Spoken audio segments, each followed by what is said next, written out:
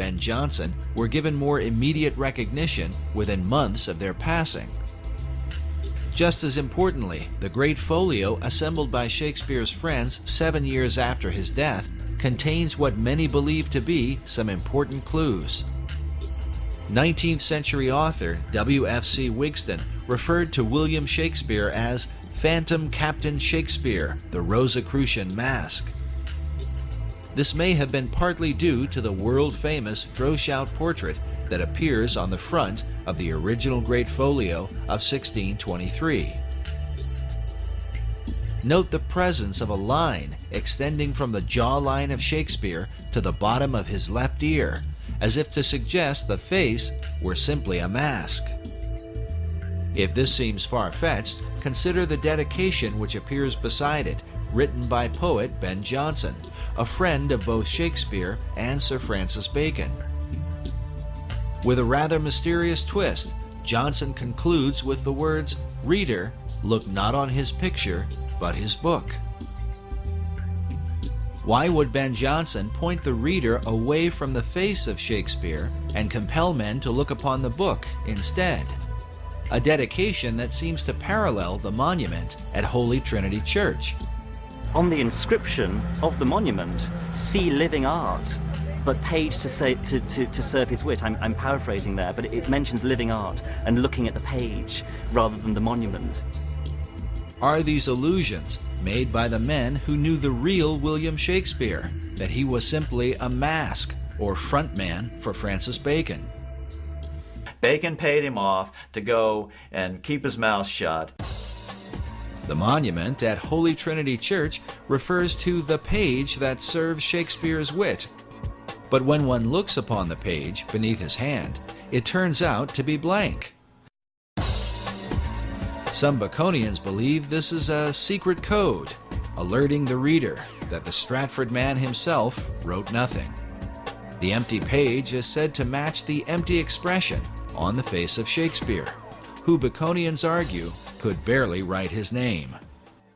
It's actually a big embarrassment to, you could say, the academic fraternity that believed the actor wrote the plays. The question of Shakespeare's literacy is often mentioned because of the few known signatures he left behind.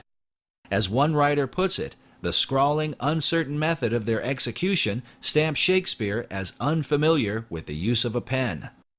Perhaps a modern equivalent of this is to say, how good is your signature on your credit card? How good is your signature when you sign your name in a shop or on a bank transaction or whatever? There are several signatures which survive of Shakespeare. How good would you like them to be? While Baconians argue that Shakespeare lacked experience, Edmondson points out that, as the son of a glove maker, he was uniquely qualified. There's lots of references to different kinds of leather. For example, Feste's line in Act 3, Scene 1 of Twelfth Night about someone's wit being like a cheverel glove. Cheverel, as the son of a glove maker, Shakespeare would have known, is a kind of kid skin which stretches and stretches and stretches when you're making the gloves. It's a very soft, supple material to work with. And here you have it immersed in the wordplay of one of Shakespeare's clowns. Francis Bacon knew nothing about different kinds of leather, I would suggest. Actually, you could turn this whole thing on its head and say that Shakespeare wrote bacon, which is something that a lot of people don't suggest, because why bother to do it that way around? One of the problems is the Shakespearean trust is that while these objections come up to William Shakespeare being the author of the plays, they refuse to investigate the contrary evidence which is being put forward to them. They refuse to look into it.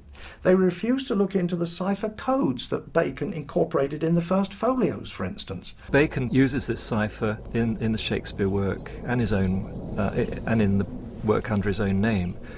But he also, in doing that, signs his name and the name of the Rosicrucian fraternity. This code system of writing he used all his entire life.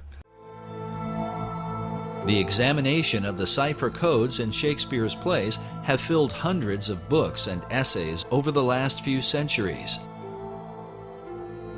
But perhaps the most specific evidence are the presence of Baconian and Rosicrucian emblems in the Great Folio of 1623 and in earlier works by Shakespeare. Bacon's light A and dark A symbol appears, representing the two Shakespeares, Apollo and Athena. Meanwhile, this Rosicrucian emblem, featuring the god Pan, is found prominently throughout the work. Other mystical headpieces with Rosicrucian symbolism are found both in the Shakespeare Folio of 1623 and in works openly published by Sir Francis Bacon. The varied symbols and ciphers clearly mark the presence of Bacon and his Rosicrucian fraternity, while to what extent they were involved in the writing of the plays remains a matter of debate. But perhaps the most compelling evidence is that the works of Shakespeare helped to accomplish exactly what Bacon and his Knights of the Helmet set out to achieve. While the numbers vary, the plays are said to have developed some 20,000 words for the English language, with some words being created, older words being revived, and current words being used in new ways. Could the actor from Stratford, with a limited education, have accomplished this coincidentally?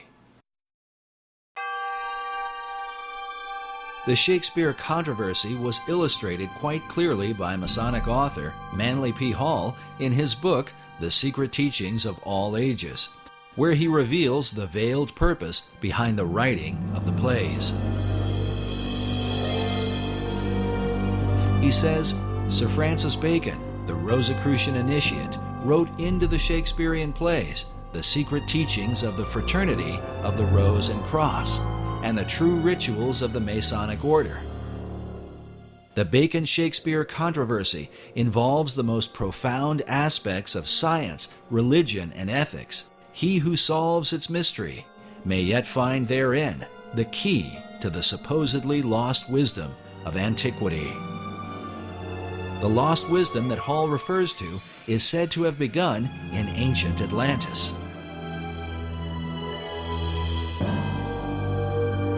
Is this the real key to understanding Shakespeare?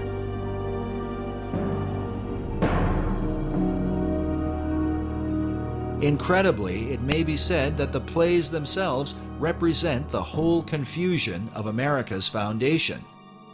For while Shakespeare contains a clear representation of Christianity, with some 1,200 biblical references, along with them are plays with openly pagan and magical themes. Like the symbol of the Rose and Cross, the plays combine the teachings of Christianity with the wisdom of the mystery religion.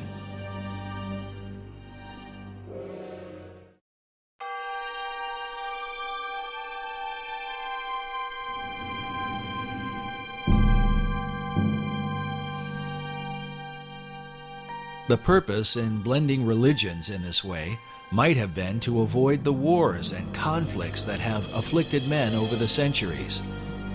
Bacon, who saw religious persecution in his own day, may have inherited this view from an earlier Masonic influence, the Knights Templar. The whole episode of the fall of the Knights Templar is a matter of conflicting historical controversy. We do know that when they left the Holy Land, the order had increased in numbers and power, and by the beginning of the 1200s, they had returned to Europe, and the Knights Templar then became the dominant financial force in Europe. The Templars were the people that loaned the money. Well, of course, the popes and people to whom the money was, they owned the money, they could get rid of their debt by getting rid of the Templars, and they did.